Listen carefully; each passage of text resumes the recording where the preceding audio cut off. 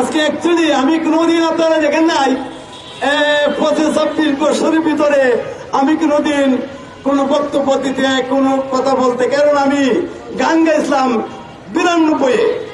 এইটা দিনে আমি দোষী হয়েছি, যার ফলে আমাকে আপনারা দেখেন নাই। কত বছর দেখেননি বলেন, প্রত্যেকের টেলিভিশন শিল্পকলা আমার নাম গন্ধও নাই। আমার একটা ভাতা পাইতে আমি ভাতাটাও আমি 2000 মানে বন্ধ করে দিয়েছে।